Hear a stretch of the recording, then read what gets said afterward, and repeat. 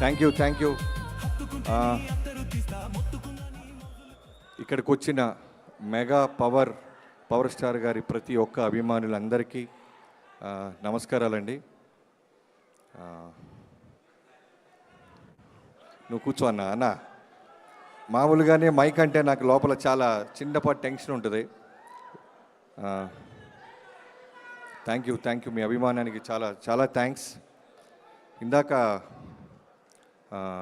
ఆది అన్న అంటున్నప్పుడు అన్నట్టు చిరంజీవి గారు ఆయన మెగాస్టార్ అవటం కన్నా ఆయన్ని అభిమానించే వాళ్ళలో ఒక్కడ పైకి వచ్చిన ఆయన కంటే ఆనందపడేవాడు ఈ భూమి మీద నేను ఎవరిని చూడలేదు.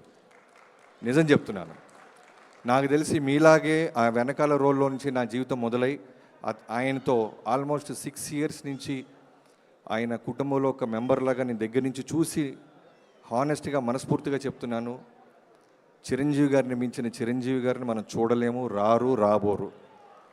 ఇది మనస్ఫూర్తిగా చెప్తున్నాను, ఒక అభిమానిగా చెప్పట్లేదు.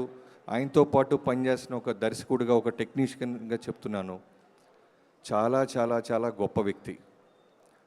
ప్రేమించండి, మనం అందరం హ్యాపీగా ఉంటాం. ద్వేషించండి, ఆయన ఇంకా డబల్ పైకి వెళ్తూ ఉంటాడు. రిజల్ట్ రూపంలో, రెవెన్యూ రూపంలో, బాక్స్ ఆఫీస్ బొనోజా రూపంలో గుద్ది సమానం చెప్తాడు. ఇది తప్ప పాపం ఆయనకి ఏమీ తెలియదు. ప్రతి కామెంట్కి, ప్రతి బ్యాడ్ రివ్యూకి ఆయన సమాధానం రెవెన్యూ, రెస్పెక్ట్, కుటుంబం నుంచి ఒక పవర్ స్టార్ని తీసుకొచ్చి నిలబెట్టారు ఆయన. ఆంధ్ర రాష్ట్రంలో మనం అందరం చూస్తున్నాం, చిన్నపాటి జుట్టు కనబడిన కళ్యాణ్ గారిది చిన్నపాటి షోల్డర్ గరిపినా ఊగిపోతుంటాం. అలాంటి గొప్ప పవర్ స్టార్ని మనకిచ్చిన మెగాస్టార్ ఆయన. నేను ఈ 158 ఫిల్మ్ పూజకి పవన్ కళ్యాణ్ గారిని పిలవటానికి అమరావతి వెళ్ళినప్పుడు నేను మా producer, one of the producer మన లోహిత్ గారు అందరూ వెళ్ళినప్పుడు, సార్ 2 daysలో మెగా 158 పూజ ఉంది సార్, మీరు రావాలి అన్నప్పుడు ఆయన కూర్చోబెట్టి జనరల్గా వాళ్ళ పిఎస్ వాళ్ళు మా టీంకి ముందనింది ఏంటంటే, సార్ చాలా బిజీగా ఉన్నారు, ఊరు వెళ్తున్నారు, ఒక 5-10 minutes సరిపోద్దా సార్ అన్నారు. చాలా సార్, అందుకంటే ఎక్కువ వద్దన్నాం. బట్ అలాంటి కళ్యాణ్ గారు 158 పూజగా రావాలన్నప్పుడు 2 గంటలు నాకు టైం ఇచ్చారు. కారణం ఏంటంటే, మా అన్నయ్యతో సినిమా ఎలా ఉండాలో తెలుసా బాబీ అంటూ ఒక అభిమానిగా ఆయన మాట్లాడినప్పుడు, నిజం చెప్తున్నాను, ఇది నా ఆడియో ఫంక్షన్ కోసం దాచుకున్నాను, కానీ మీ అందరి ఆనందం కోసం చెప్తున్నాను. మా అన్నని మీరు థియేటర్లో చూశారు, మా అన్న స్టార్డమ్ని, మా అన్నని ఫ్యానిజంతో మీరు, కానీ దగ్గరుండి ఓ 14 ఏళ్ల కుర్రోడి నుంచి చెన్నైలో మా అన్నని నేను చూస్తూ పెరిగాను బాబీ. మా అన్నయ్య కోసం వచ్చిన జనాల్ని, వాళ్ళ ప్రేమల్ని, వాళ్ళు లక్షల మంది వచ్చినప్పుడు తెగిపోయిన వాళ్ళ చెప్పులు మున్సిపాలిటీ వాళ్ళు వచ్చి 3 రోజులు తీసి లారీలు వేస్తున్నప్పుడు నేను దగ్గర ఉండేవాడిని. ఆయన కోసం వచ్చిన దండలు, ఆయన కోసం వచ్చినప్పుడు ఆ తొక్కిసలాట్లో చిరిగిపోయిన చొక్కాలు చూసే భాగ్యం నాకు కలిగింది.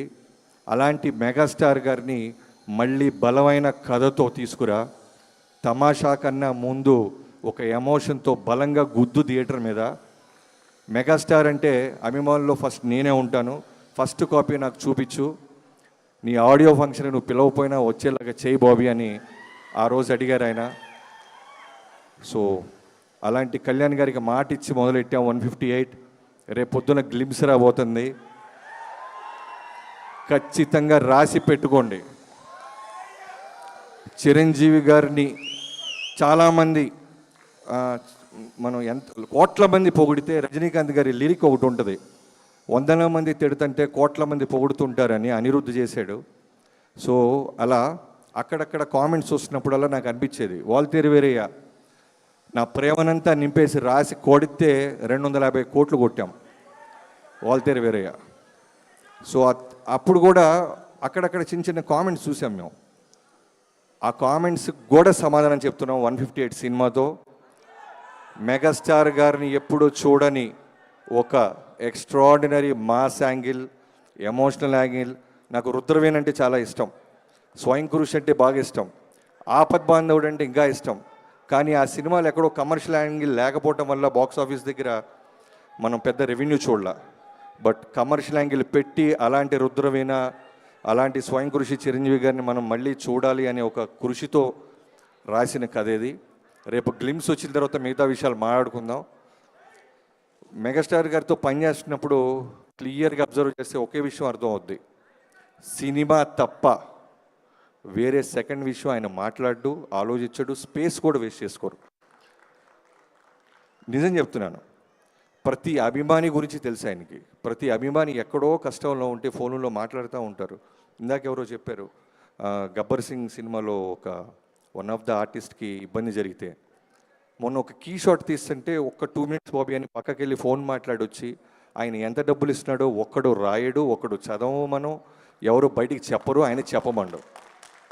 ప్రతిరోజు ఆ చెయ్యి ఎంతమందికి చెక్కుల మీద సంతకం పెడుతుందో దగ్గరున్న నాకు ఒక్కడికే తెలుసు. నేను అన్నాను ఓ రోజు, అనే దగ్గరున్నాను కాబట్టి నాకు సరిపోతుంది, మీరు ఇన్ని లక్షలు ఇస్తుంటారు, మీరు ఇటుపక్క అక్కడి నుంచి కళ్యాణ్ గారు ఎవరు మాట్లాడరేంటి వీరి గురించి అన్న. మాట్లాడటం కోసం చేయట్లేదు కదా సాయం అన్నాడు ఆయన. నేను మాట్లాడటం కోసం మేము ఎక్స్పెక్ట్ చేయట్లేదు, నేనైనా నా కుటుంబం అయినా వాళ్ళు బాగుండాలి, స్నేహితుడైనా శత్రువు అయినా అభిమానైనా వాళ్ళు బాగుండాలని మనస్ఫూర్తిగా కోరుకుండే గొప్ప మనస్తత్వం ఉన్న గొప్ప మెగాస్టార్ అయినా. సో మ్యాక్సిమం ప్రేమించడానికి చూడండి. ఏమాత్రం చిన్న మీ టైం వేస్ట్ చేసుకుంటే కొడితే బాక్స్ ఆఫీస్ కొడతానే ఉంటాడు. పవర్ స్టార్ని ఇచ్చారు, మెగా పవర్ స్టార్ని ఇచ్చాడు, ఎంతోమంది డైరెక్టర్లు ఇచ్చాడు, ఎంతోమంది కొరియోగ్రాఫర్లు ఇచ్చాడు, ఎంతోమంది యాక్టర్లు ఇంటికి పిలిచి మాట్లాడే అవసరం ఆయనకి ఏముంది చెప్పండి.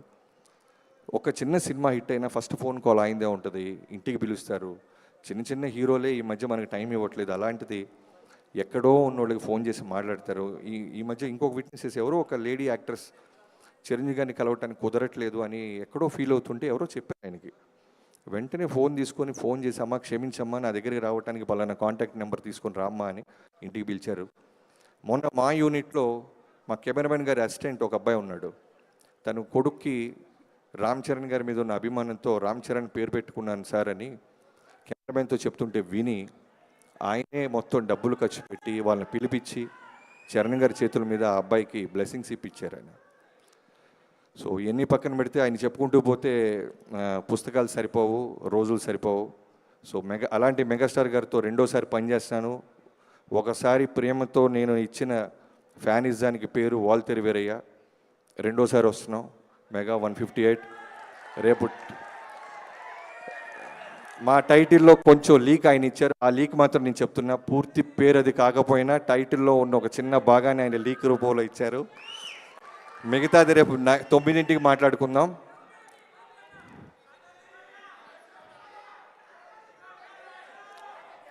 ఒకడు తప్పకుండా చేస్తాను. నీకంటే నాకు ఎక్కువ ఉంటుంది తమ్ముడు, కళ్యాణ్ గారితో చేయాలని ఎక్కువ ఉంటుంది. ఖచ్చితంగా తప్పకుండా త్వరలోనే అన్నీ కలిసి వస్తే కళ్యాణ్ గారి దగ్గరికి వెళ్ళి మళ్ళీ సినిమా వేస్తాను. Thank you so much. ఇక్కడికి వచ్చిన ప్రతి ఒక్కరికి పేరు పేరున నన్ను పిలిచిన స్వామినాయుడు గారికి, మిగతా అభిమానులందరికీ థ్యాంక్ యూ సో మచ్.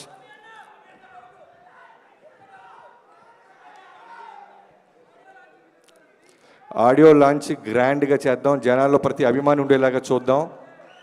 ఇంకోలాగుంటాయి ఈ సినిమా ప్రమోషన్స్, ఇంకోలాగుంటాయి తమ్ముడు, ప్రామిస్, ఇంకోలాగుంటాయి. Okay, thank you so much. ఇక్కడికి వచ్చిన పేరు పేరున ప్రతి అభిమానులకి thank you. Thank you Bobby గారు, థ్యాంక్ యూ సో మచ్. అయితే ఏమన్నా చిరు లీక్స్ లాగా మీరు కూడా ఏమన్నా లీక్ ఇచ్చేసారా? ఓకే, మీకు వచ్చేసింది ఆ లీక్. అయితే నేను అక్కడ చాలా హడావిడి రాలేదంటున్నారు వాళ్ళు, అదేమిటది అలా ఇన్ని రోజులు ఓపిక పట్టారు, 9 దాకా ఓపిక పట్టండి. లీక్ చేయాలన్నా, టైటిల్ లీక్ చేయాలన్నా ఆ స్థాయి చిరంజీవి గారి దగ్గర నుంచే వదిలే, ఆయనకి వదిలేద్దాం. Thank you so much. Love you all. Thank you so much. Me schedule చాలా బిజీగా ఉందని నాకు తెలుసు, బట్ కేక్ కటింగ్ కోసం మిమ్మల్ని ఉండాల్సిందిగా కోరుకున్నా. ఇమ్మీడియట్గా